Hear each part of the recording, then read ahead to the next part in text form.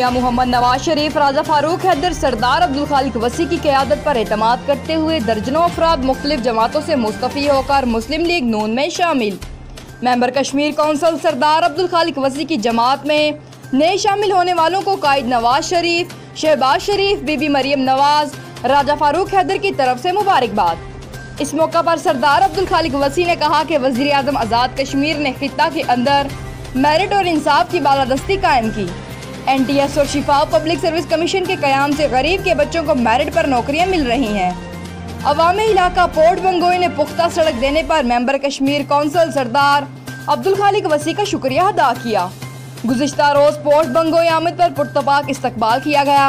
अवामी इलाका और मुस्लिम लीगी कारकुनान ने जुलूस की शक्ल में मेहमान खुसूसी को पंडाल लाए। तकरीब से मेहमान खुसूसी सरदार अब्दुल खालिक वसी, साबिक स्पीकर सरदार सियाब खालिद, साबिक सेक्रेटरी तालीम सरदार खान बहादुर अब्दुल्ला, सरदार खुरशीद, सरदार आशिक, सैयद मुनव्वर शाह, जावेद अख्तर और दीगर ने खिताब किया। Report Samina Chaudhry, fast news, Bagh Azad Kashmir.